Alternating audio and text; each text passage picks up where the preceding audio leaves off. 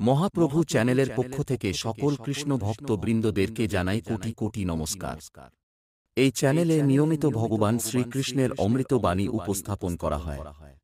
যে সকল কৃষ্ণ ভক্ত দৈনন্দিন কর্মব্যস্ততার জন্য ভগবানের অমৃত বাণী পাঠ করার সময় পান না, তাঁরা অবশ্যই আমাদের চ্যানেলটিকে সাবস্ক্রাইব করে বেল আইকনটিকে অন করে রাখুন, যাতে আমাদের চ্যানেলে ভিডিও আপলোড করার সাথে সাথে আপনার কাছে পৌঁছায় এবং সেটি শ্রবণ করে আপনিও পূর্ণ ফল লাভ করতে পারেন।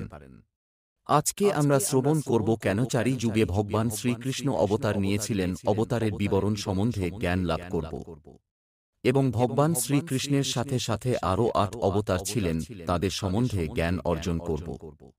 তো চলুন শ্রবণ করি আজকের পাঠ। খণ্ডমণ্ডলাকারং ব্যক্তং যেন চরাচর তৎপদং দর্শিতং যেন তস্मै শ্রী গুরুবে নমঃ। গুরু ব্রহ্মা গুরু বিষ্ণু গুরুদেব মহেশ্বর গুরুদেব পরম ব্রহ্ম তস্मै শ্রী গুরুবে নমঃ। বঞ্চা কল্পতরু কৃপা সিন্ধু ভয়েবচ পতিতাং পাবনেভ্যো বৈষ্ণবে নমো নমো নমো। তপ্ত কাঞ্চনং গৌরাঙ্গ রাধে বৃন্দাবনেশ্বরী বিশ্বভানুসুতে প্রণামামি হরি হরি। হে কৃষ্ণ করুণা সিন্ধু দীনবন্ধু জগৎপতি গোপীশ গোপিকা কান্ত রাধা কান্ত নমস্তুতে।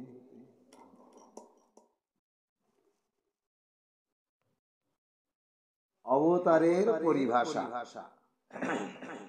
অবতারের অর্থ উচ্চ স্থান থেকে নিচের স্থানে নেমে আসা। এই শুভ শব্দ উত্তম আত্মার জন্য আবাহিত হয়।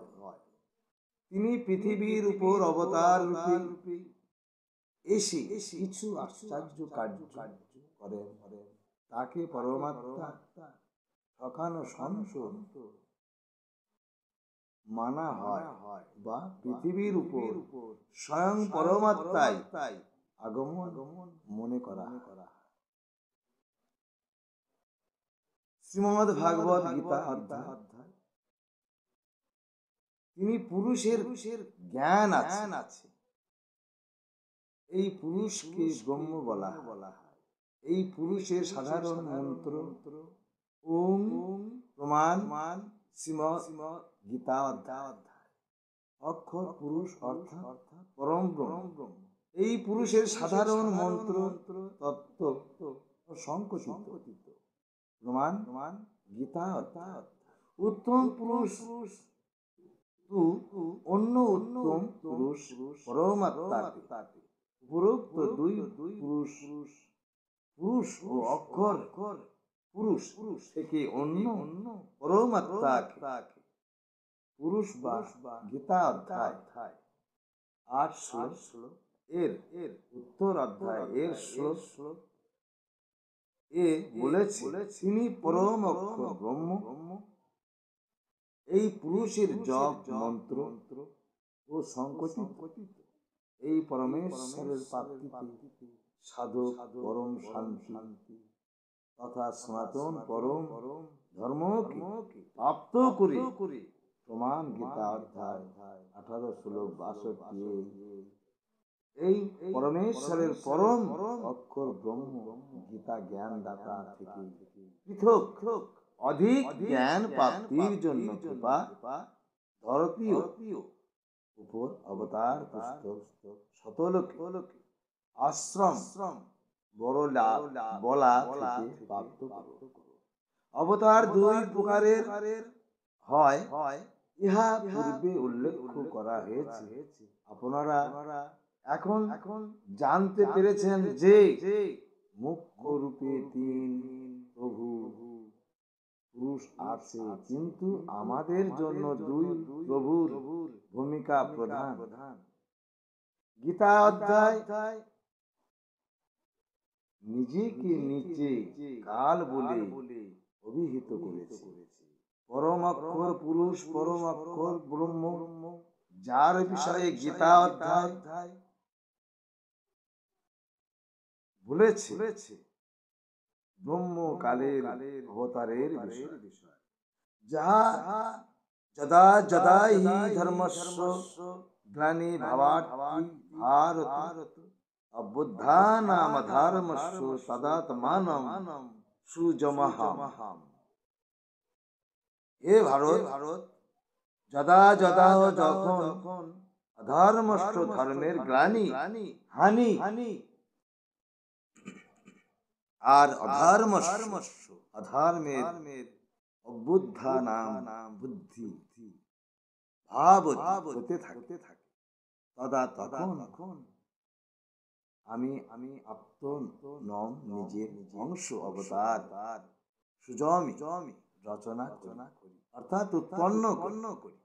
যেমন শ্রীমদ্ ভাগবত গীতা অধ্যায় ও গীতা জ্ঞান দাতা বলেছেন, যখন যখন ধর্মের গ্লানি ঘৃণা উৎপন্ন হয়, অর্থাৎ অধর্মের বুদ্ধি হয়, তখন আমি কাল ব্রহ্ম হয় পুরুষ নিজের অংশ অবতার সৃজন করে, অর্থাৎ উৎপন্ন করি। যেমন শ্রীরামচন্দ্র শ্রীকৃষ্ণকে কাল ব্রহ্ম এই পৃথিবীতে উৎপন্ন করেছিল, যাকে স্বয়ং বিষ্ণু বলে মানা হয়। এছাড়া আরো 8টি অবতারের কথা বলা হয়েছে। সেখানে শ্রী বিষ্ণু স্বয়ং এসে আসেনি, নিজের লোক থেকে নিজের কৃপা পাত্র পবিত্র আত্মাকে পাঠিয়েছিলেন। তাদেরকে ও অবতার বলা হয়। কেন? কোন জায়গায় 25 অবতারের কথা পুরাণ উল্লেখ আছে। কাল ব্রহ্মের পাঠানো অবতার পৃথিবীতে অধর্মের নাশ সংহার হত্যা করেন। স্বরূপ শ্রী রামচন্দ্র, শ্রী কৃষ্ণচন্দ্র, শ্রী পরশুরাম, শ্রী নিষ্কলঙ্ক এখানে আশাবাদী কলিযুগের শেষের দিকে আসবে। এই সমস্ত অবতার ঘোর সংহার করি, ধর্মের নাশ করি, অধর্মীদের মেরে শান্তি স্থাপনের চেষ্টা করি। কিন্তু শান্তি অপেক্ষা অশান্তি বেশি হয়।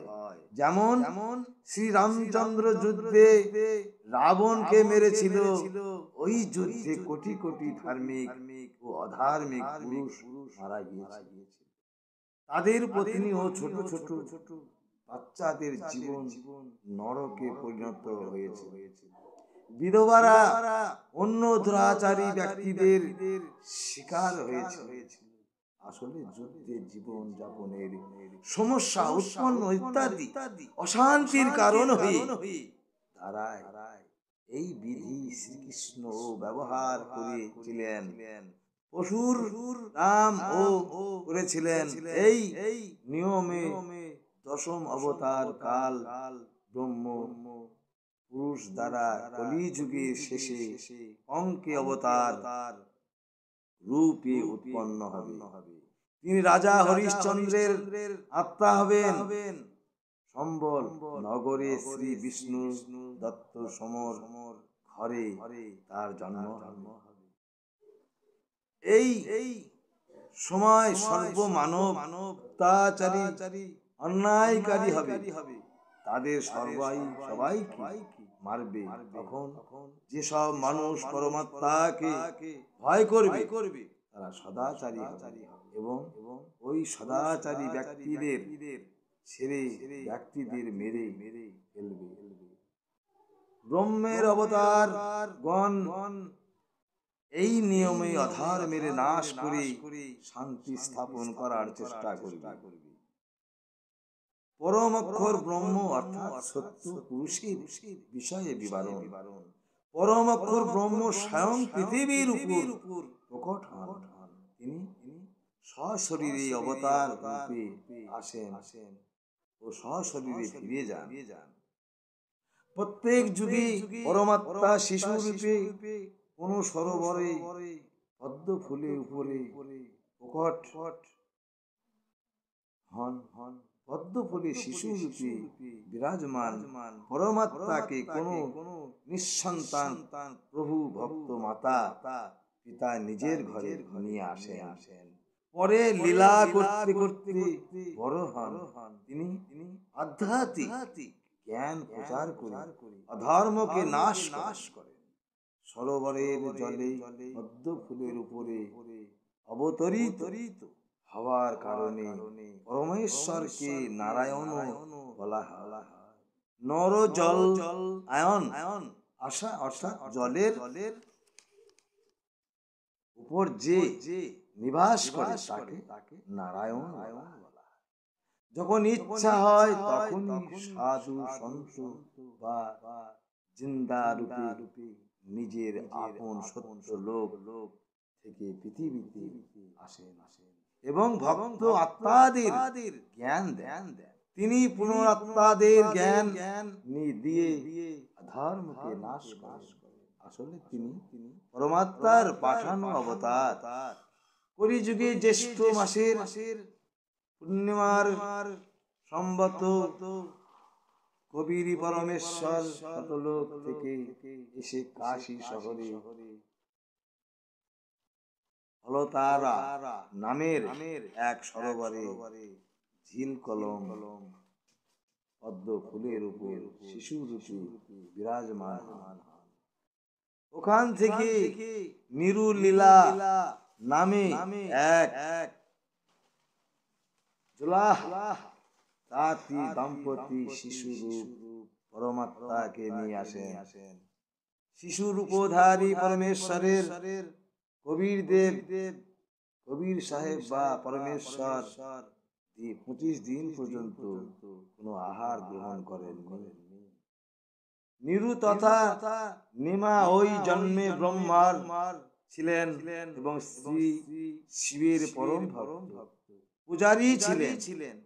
মুসলমানরাও বলো মুসলমান বানানোর কারণ তাঁতের কাজ করে জীবন যাপন করতেন। শিশু দুধ পান না করার জন্য নিমা ভয়ে নিজের ইষ্টদেব শিবের স্মরণ করেন। শ্রী শিব সাধু বেশে এসে বালক রূপ পরমেশ্বরকে দেখেন। বালক রূপী কবির সাহেবের স্ত্রী শিব বললেন এদের একটি কুমারী গাভী আনতে বললেন। আপনি আশীর্বাদ দিলে ওই কুমারী গাভী দুধ দেবে। শিবাজি একটি কুমারী গাভী আনতে বলে কবির পরমেশ্বরের আদেশ অনুসারে শ্রী শিব কুমারীকে গভীর কোমরের আশীর্বাদ ভরা হতে দেওয়ার পথে সাথে সাথে কুমারী গাভীর স্থান থেকে দুধ বের হতে থাকে। একটি নতুন মাটির ছোট হাড়ির মতো নোয়ারের নিচে রাখে এবং পাত্র ভরে গেলে দুধ আপনারা থেকে বদ্ধ হয়ে যায়। প্রতিদিন পাত্র স্তনের নিচে রাখতেন। গাভী দুধ দিয়ে এবং পাত্র ভরে গেলে দুধ নিজের থেকে বন্ধ হয়ে যেত। সেই দুধ কবির জি পান করতেন। তাঁতির ঘরে লালন পালন হওয়ার কারণে বড় হয়ে পরমেশ্বর কবির সাহেব তাঁতির জোলাহ কার্য করতেন এবং নিজের সৎ আত্মাদের সঙ্গে দেখা করে তাদের তত্ত্ব জ্ঞান বুঝাতেন এবং নিজে তত্ত্ব জ্ঞান প্রচার করে অধর্মের নাশ করতেন।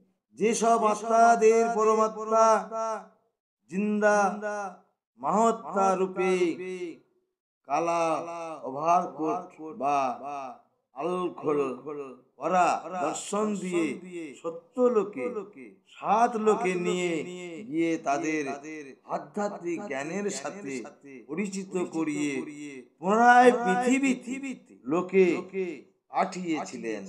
সেই সমস্ত সন্তগণ প্রাপ্ত জ্ঞানের আধারে অধর্মের নাশ করেছিলেন। সেই অবতার কেউ ছিলেন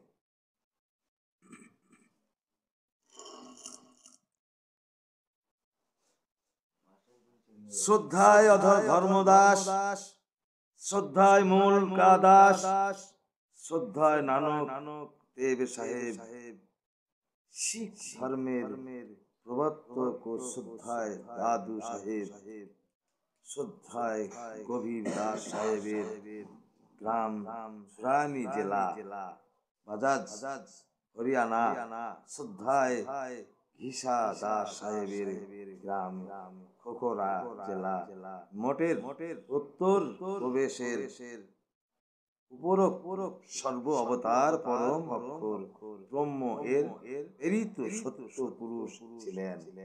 এইসব মহান আত্মারা অধর্মের নাশ করে অর্থাৎ নিজের কর্তব্যের কাজ করে চলে গিয়েছিলেন, যার কারণ মানুষের মধ্যে অনেক সময় পর্যন্ত খারাপ স্থিতি বা খারাপ ভাব আসে নাই। বর্তমানে সাধু সন্তের অভাব নেই, কিন্তু শান্তি নামের কোনো জিনিস নেই, কারণ এই সকল সন্তদের সাধনা শান্ত বিরুদ্ধ। এই জন্য সমাজে অধর্ম বেড়ে চলেছে। এই সমস্ত সন্তদের পান্থ শতাধিক বৎসর ধরে